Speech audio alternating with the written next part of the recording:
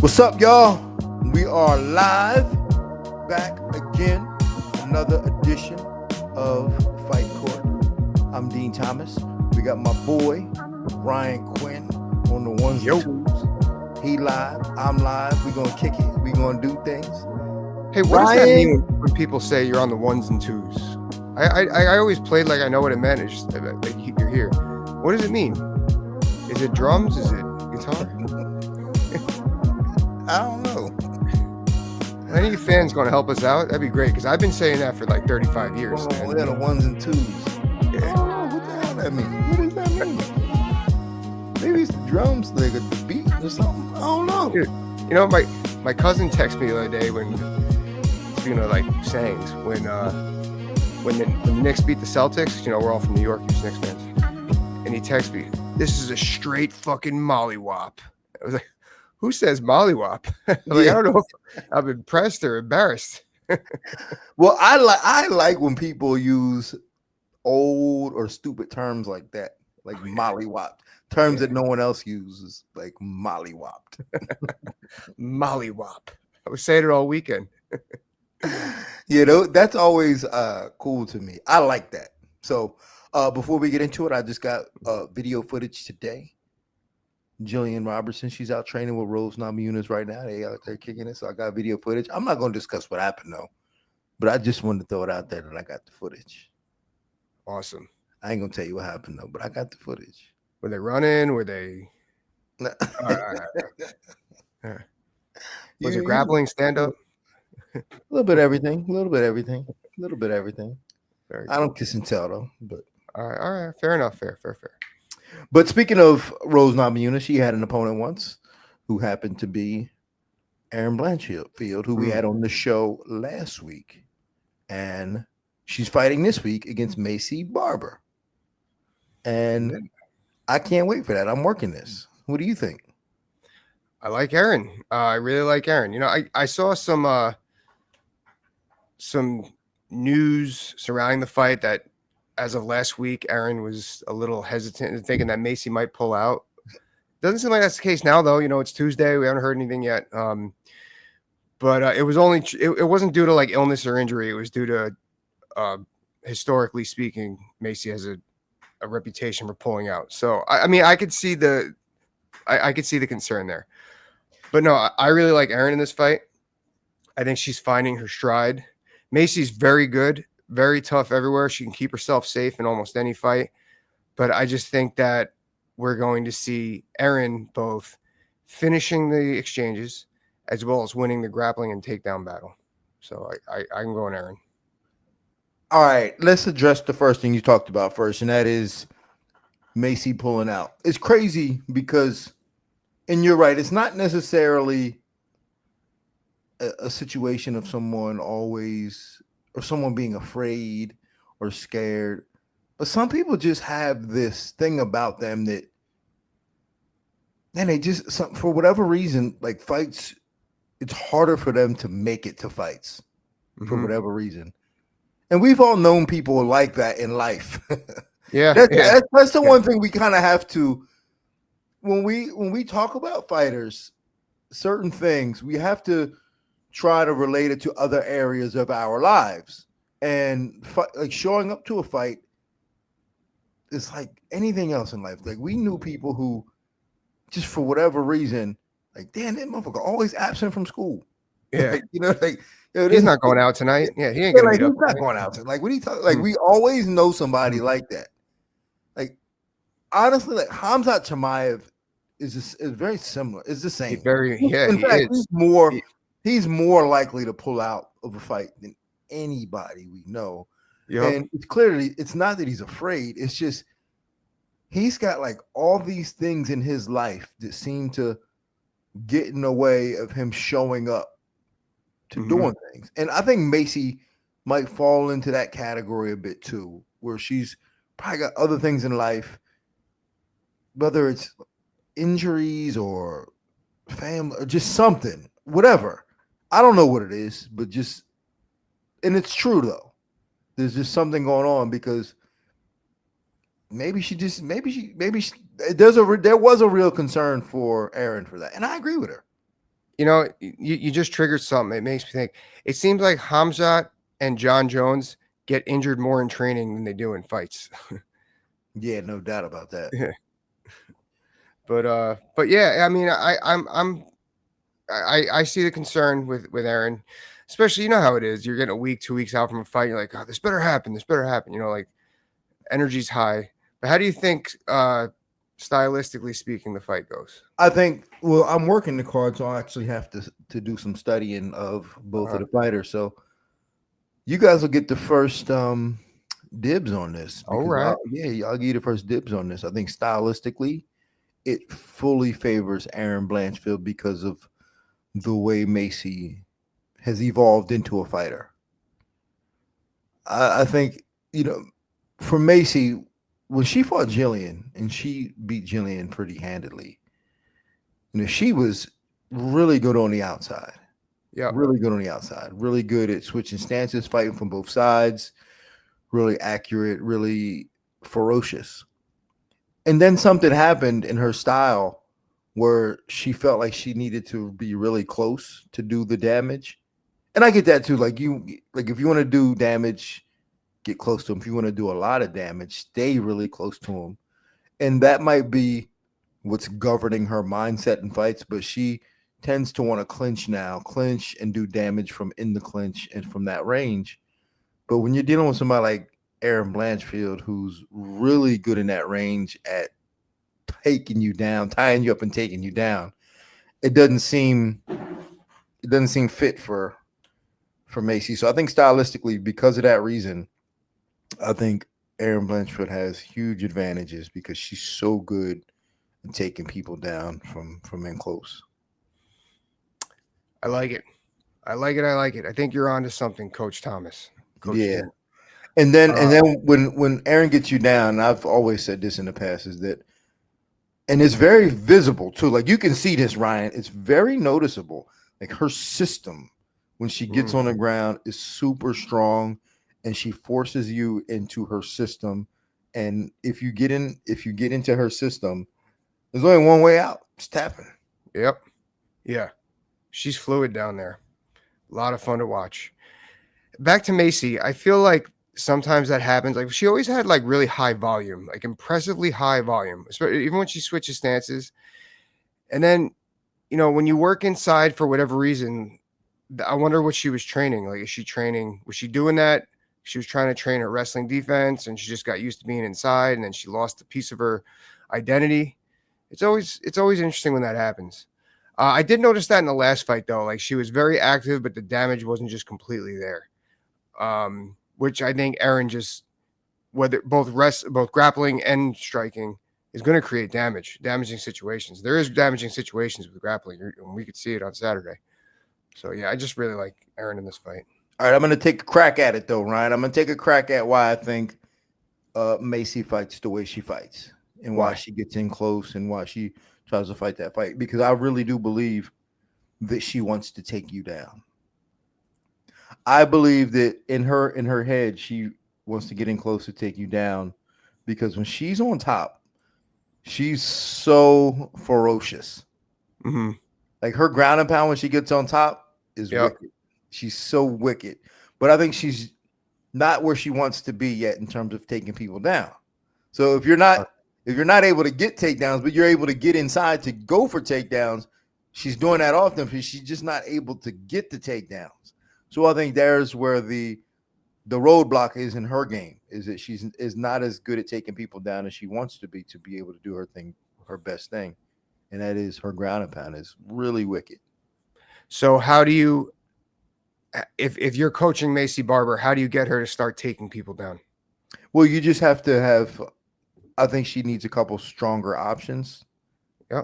In terms of taking people down. I mean, she's clearly working with good wrestlers. I think she's still with Alpha Male. I'm not sure who she's with now, but I think that's where she was. I want to say it's Alpha Male. Mm-hmm. I know she's bounced around a bit. I know for a while she was a Rufus Sport. Then I know she was at Colorado. I think she landed at Alpha Male. They clearly are really good at taking people down, but maybe whatever their style is hasn't really connected with her. So she might need a little deeper dive into some takedowns that really connects with her. Because that's really what it is. A lot of people, they put this big blanket on the game and just be like, oh, yeah, you're training with this wrestler, you're training with that wrestler. But at the end of the day, like the technique that they show you that you need to do and use, it needs to connect to you. Yep. You know, I'm sure like for you, like you had a couple takedowns that you felt if you got into this spot, everybody's going down. Mm-hmm. And sometimes it didn't happen, and that's when it didn't. Actually, it was sparring with Colby Covington. What I had to adjust at my bread and butter, and I think that's what you see. Alpha male, like you said, they're good takedowns. They're very good with creating offensive takedowns with offensive boxing. I think with somebody like Maycee, I would take my foot off the gas a little bit and do some counteroffensive takedowns, like I would have to do against Colby. What I'm saying is, get the opponent exchanging, get the opponent to throw punches and then shoot underneath the strikes. And that'll give her the time she needs to level change and hit a takedown, as opposed to trying to offensively set up a takedown like a traditional wrestling essence. Now, that's just something I would have her work on. Is that the be all end all? I don't know. But in that aspect, she would also keep some of herself with her fluid striking and be able to keep the volume up. Well, yeah, and she would probably get better bites on shots. Mm-hmm. Maybe if she can get some better bites on shots and get in a little deeper. But she gets in pretty good. Like she's got a good waist lock. But if you notice, like every time she shoots, well, not every time, but the majority of times that Maycee shoots, it's never really a clean takedown. It's always a good bite, and she pushes them to the fence, and then she spends a significant amount of time on the fence doing some damage. Not a lot, but some damage. But I think that if she really worked on very specific finishes and had a few more options, she'd get cleaner takedowns off the rip, and then some specific options on the fence. She'd get some cleaner takedowns off the fence. But I think that's just what she needs to do. She just needs to work on a few more specifics and just balance out her overall game. For sure. But, dude, your boy is fighting. Yeah. Gamrot. Oh, yeah. Ludovic Klein, is that his name? Yeah, Ludovic Klein. Ludovic's a good fighter, man, but just this is going to be a good fight.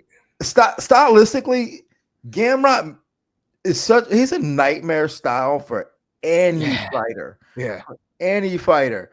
And even so he lost to Dan Hooker, and I had to go back and I didn't rewatch it yet. I'm going to, but watching it the first time, I'm thinking, man, Dan Hooker can fight. Dan Hooker's great. But then I realized it was still a split decision.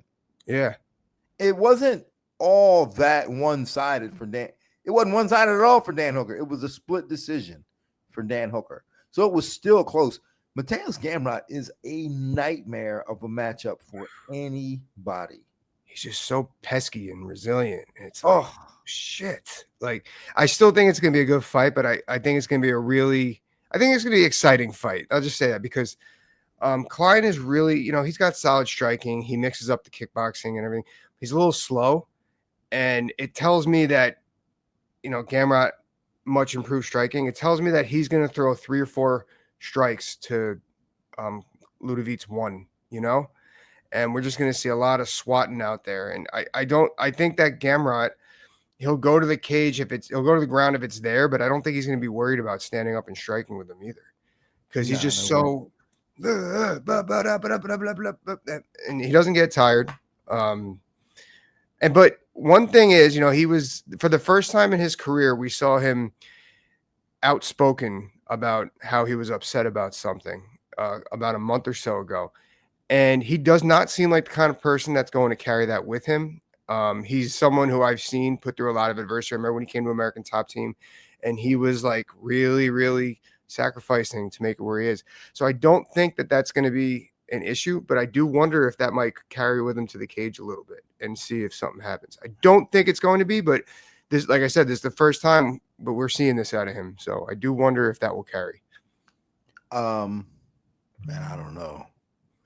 I want to take some back though. There is one fighter who is a stylistic kryptonite for Gamrot. Who? And that is Beneil Dariush, and he already fought him, so he don't have to worry about that again. I think Beneil Dariush would be kryptonite because Beneil Dariush has such a nullifying mature, sophisticated grappling style. Yep.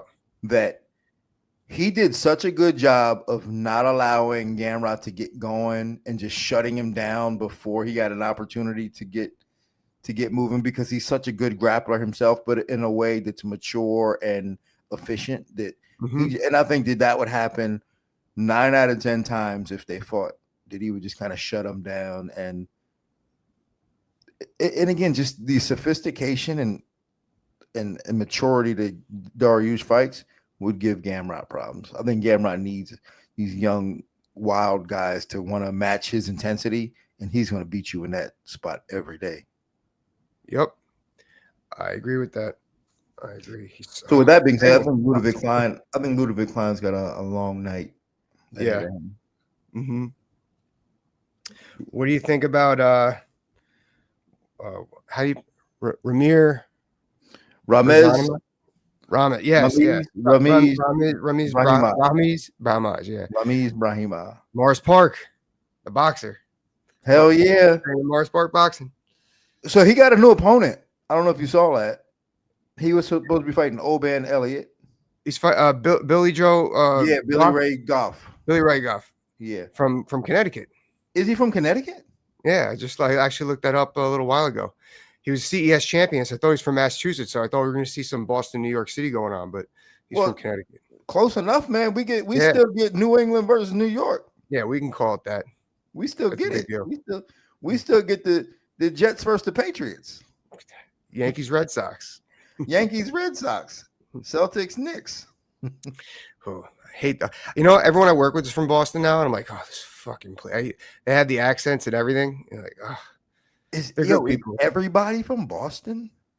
It seems like they're invading. They're like locusts. They just all come and they ruin it. Dude, everybody at the UFC is from Boston. Pricks. Yeah, like from John Anik and his brother. All the people in the production office. Like, speaking of Boston and the UFC, how come nobody talks about Mark Delagrati anymore? He intentionally lays low. Okay. He still work.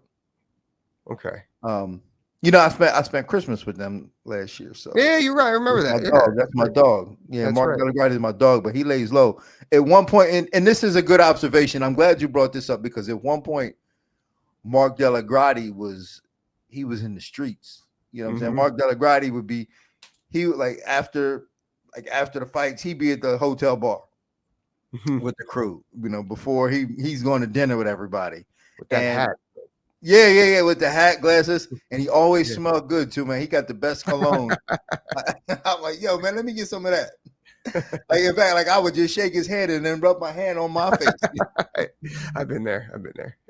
And I was talking to him about it, and he was just like, man, and I don't know if it's like age or just kind of, just he's over it. So he just said, yo, he still be at the fights. He's still working the truck, but he just said, yo, I'll be in the hotel room, just naked, walk around the hotel room naked. That's what he still has the hat and the glasses on, though, right? Naked with the hat and the glasses. Basically. But no, he's still in the game, man. He just lays low.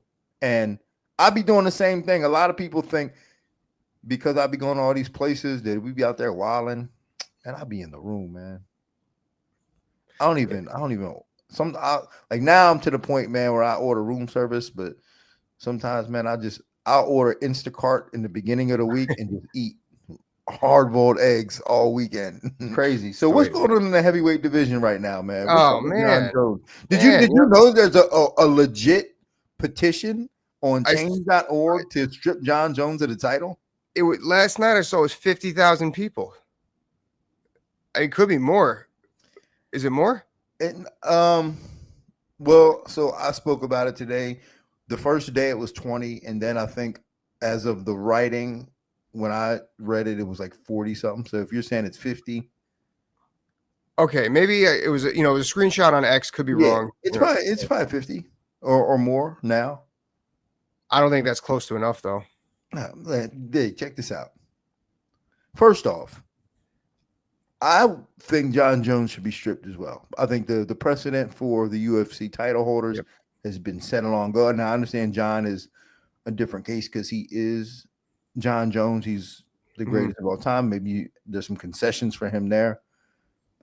But I am not signing a petition to strip me. Like, how petty of a human being do you have? I mean, that's such a snitch job. That's like being a snitch. Yeah, I'm not signing no petition. Nobody cares. And it's not. First off, it's not going to do nothing. But it's such get it, man. It's such a petty snitch job to sign. They should list the demographic of people who signed that, like males between the ages of 30 and 50. Like who's signing that petition? It's definitely like the questions of when they do the questionnaire. It's like, all right, male, female, age, are you a virgin? Yeah. 49,000 said yes. Yeah. For sure. But for sure. Why? Who's signing this thing? In fact, like, but who made it? I know, like, who made it? Okay.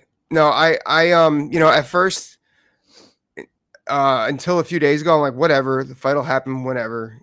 This shit happens. Jon Jones, he knows he has the UFC by the balls. It's kind of the monster they created, and the fight will happen. And I do think the fight will happen. But looking back to what Alexander Volkov said about how he's holding up the whole division and time's running out for a lot of people, I really felt that really hit home. And I'm like, wow, like these fighters, everyone's being held up their shot to be champion because he just wants to play games. And, there was a clip that surfaced of when George St. Pierre wanted to step away from MMA, and he said, I want to step away, and they stripped him of the belt. And it's like, so the UFC has made this move before, and it's all worked out.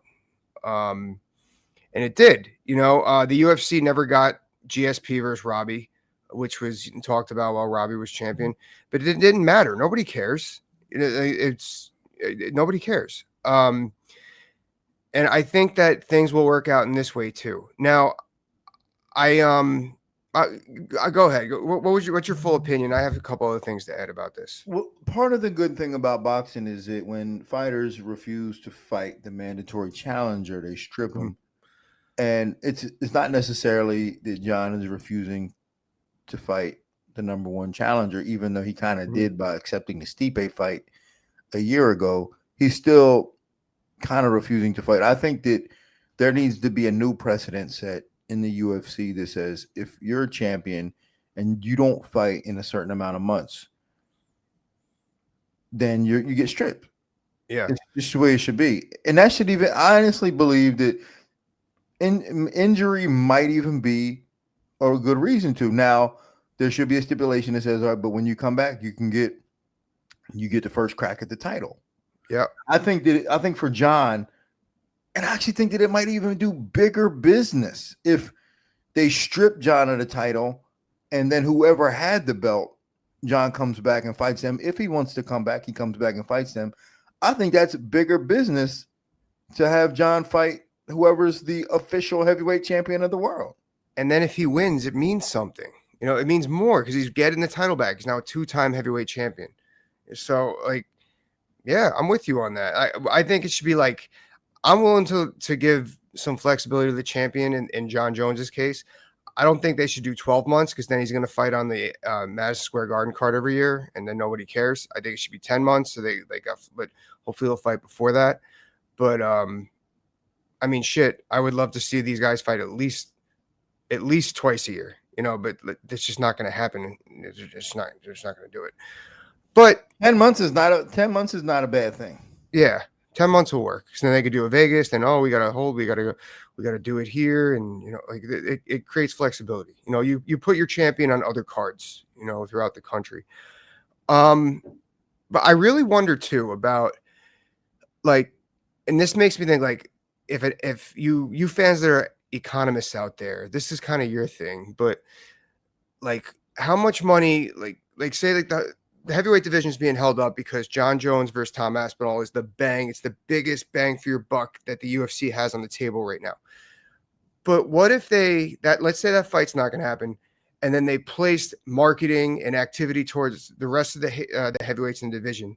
like how much drawing would they do to equal or surpass that with other heavyweights? Because there's other matchups to be made right now to do even like a mini heavyweight tournament possibly and send it up there. And one thing that I'm kind of rambling. One thing it makes me think of is, I love making my baseball analogies. So the Yankees lost out in the offseason for one of the best players in baseball to the Mets and Juan Soto. They got in a huge bidding war. Did you hear about any of that when it was going on? I did. I remember that. I do remember that.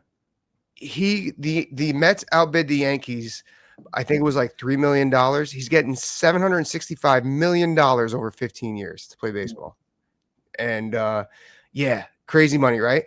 Regardless. So it was going to end up being like $68 million a year to like the Yankees were going to have to pay him. And, granted, there would have been a solid team, but they were able to sign 3 other studs that are starters and that are making a difference in their lineup. And now they're overall a better team now. So why am I bringing up that analogy? I'm bringing up that analogy because I think the UFC as a product would be better if they put a little bit more emphasis towards their heavyweights. And now if the heavyweight division's open for a title, I think that you're going to get more activity out of your heavyweights as opposed to fighting once or twice a year. Some of these like Tai Tuivasas, the Alexander Volkovs, like they'll fight 2-3 times a year. Tom Aspinall's already showed he'll fight, he'll be forced to be more active. And I think that they'll be all right if they just set this on the side and just raise it up for somebody else to grab that belt. No, you're right about this. So on last Friday, I had Glenn Jacobs, the head at ESPN MMA, go down to Philly to give a talk, kind of a TED talk. Oh, I saw that. You put some of that on the channel. Yeah. Yeah, kind of a TED. Yeah, I put some of that on the channel. Exactly. Kind of a TED talk to the fighters on just how to be better. Like he's in charge of what goes on from the MMA side on ESPN. Like, and he would just like the biggest no you can make is when you get on the mic and start thanking your team and he said it's not the Academy Awards. he said you're not given a mic to thank people. You're given a mic to sell why we need to see you again. Right. So and he made this comparison to how much a commercial spot costs on UFC. And he was like, and it's like this exorbitant amount of money. And he said, if you're given a mic for a minute and that's how much it costs. Like that's how much airtime they're giving you for free. Wow, and you guys are wasting it on, I want to thank he was like, dude, stop thanking your coaches, buy them a watch. But you need to use that spot to sell yourself and to garner fans. And I say this because the UFC has done a tremendous job of preparing athletes, giving them nutritionists, dietitians, physical therapy in terms of at the Apex. You have a lot of stuff at the Apex to make guys good fighters, but there's nothing that makes them better in terms of selling them better. Somehow I think the UFC needs to start investing in that so that we can start caring about the fighters. I think that we've tried to leave it up to the fighters to be good at it, and they're just not good at it. And I think that the UFC would do better by stepping in and saying, all right, we're going to start training you guys in media. We're going to start training you guys in what to say. We're going to start training you guys to be better at this. And the more they believe in you as a fighter, I think the more they can invest in you, because you're right about that. The heavyweight division is so stale. I can't name 10 heavyweights. Yeah, no, I even like I said Tai Tuivasa, but I think he's lost more fights than he's won. Tai Tuivasa was like 0-4 in his last 4, something like that. It's crazy. So I can't really name like 10 heavyweights. I can't name 5 good ones. There's like Aspinall, Cyril Gane, Jailton Almeida, and Volkov. Yeah, I always want to say Volkanovski, but Volkov. There's 4 good heavyweights right now. But then there's a couple of guys that we've seen on the Contender Series that look okay, but now's the time to start investing in them and their brand. Maybe they got to talk to the NFL about that, because people know who these NFL players are, and they're wearing helmets all game. So they're doing something that they're making their athletes marketable. Maybe don't let them talk after the fight altogether and have them interview outside. Like, you don't see the players get mic'd up a little bit, so whatever. I don't know, but whatever. So the UFC just needs to do. I think the UFC needs to step in turn. Like, they've stepped in for everything else from a physical perspective, but I think they need to step in and help fighters out with this portion of it, because they're just doing such a bad job of it. And they can. And I think that what Glenn did a couple of weeks ago was so instrumental and so helpful to the fighters there. And they all left with a brand new perspective of how to approach the game. And I thought that that was a good thing. And the UFC I think the UFC should make this part of their protocol in terms of what they have to offer. Yeah. Some level. Bring that dude in for sure. Yeah. Yeah, Glenn's awesome. Shout out Glenn Jacobs from ESPN. That's my dog, man. You know, me and him, we chop it up, talk shop all the time. So that's my dog. Awesome. What else is going on? Nothing else? There's another fight that we missed on the card this weekend. Where was it? Who did we miss? No, nothing important. Oh, well, we kind of talked. We ended up talking about Boston and Mark Delagrati, but Ramis and Goff. Yeah, I mean. Oh yeah, Ramis and Goff. I'm going with the New Yorker. I like the hands. I think he's got good hands, and I think that Goff's going to lose this fight the same way he lost the last one. Just, he's going to have some effective wrestling, but ultimately he's going to get scored on too much with some striking if he's not knocked out. Yeah, he's pretty tough, and I thought he looked good. Maybe it wasn't his last fight, but maybe a couple of fights ago he looked pretty good. But right now, this is not a good time for New England MMA. It's unfortunate. It's not a good time for New England. There was a time, man, where all them boys in New England Cartel, man, they was showing up, showing out. Like, they was really representing that area. And then there was some other guys probably not directly affiliated with them, but still in that area and was doing well. But right now, it's not a good time for that area. Man, it was, I was up there before I moved down to Florida, and it was cool seeing everybody at the fights and stuff like that. And Kenny Florian, Mark Delagrati, Tim Sylvia was, champion at the time. And we'd always go to the fights at Plymouth Rock, right outside Plymouth Rock. I forgot the name of that spot. They always, Reality Fighting always hosted pretty big fights there. I gotta say it. I gotta say it. Say what? We didn't land on Plymouth Rock. Plymouth Rock landed on us. Oh, it wasn't Plymouth Rock. It was somewhere else. Oh, was it Plymouth Rock? I take it back then. Oh man. But no, I got nothing. You got anything else? What's going on? I don't know. Next week's gonna be good. No, I'll say this too. This is the last thing I got. Chris Weidman. I thought he looked pretty good against Pat Downey. You know how I am about older fighters.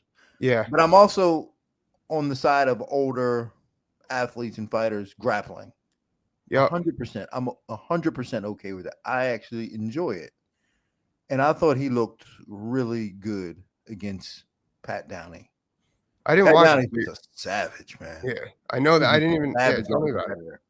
Yeah. Man, I got to go back and watch it now. I didn't watch it. No, he looked really good. Chris looked good. It's just, I think Chris's problem was, like, he's not he's not a competitive grappler. So he didn't go out there to play the game to win. He went out there to compete and have fun and all the things that you want out of a competitor.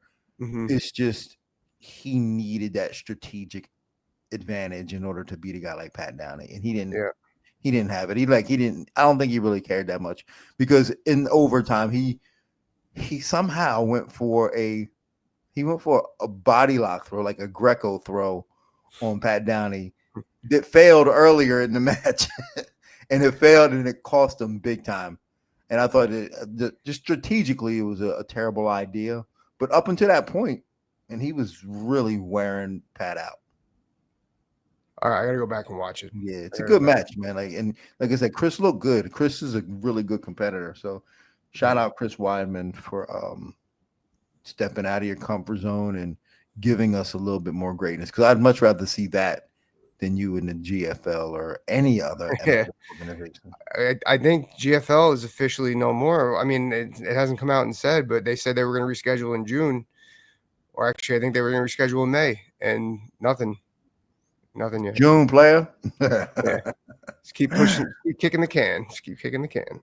Well, all right. Well, like I told you before, Ryan, if you got something else that you want to talk about, man, just put up a short, man. We love your shorts. Yeah, I got to get back to that. I've been screwing around. See, I've been writing blogs, folks, on cagesidepress.com. Check those out. But I will get back to the shorts. Especially, I like giving little hot takes. So yeah, do that this weekend. Well, every time we'll do this, man. When you write a blog, create a short to address it. Yeah. So, well, all right. Well, if you enjoyed the show, make sure you hit like, share, subscribe, tell your friends. And on that note, this court is adjourned.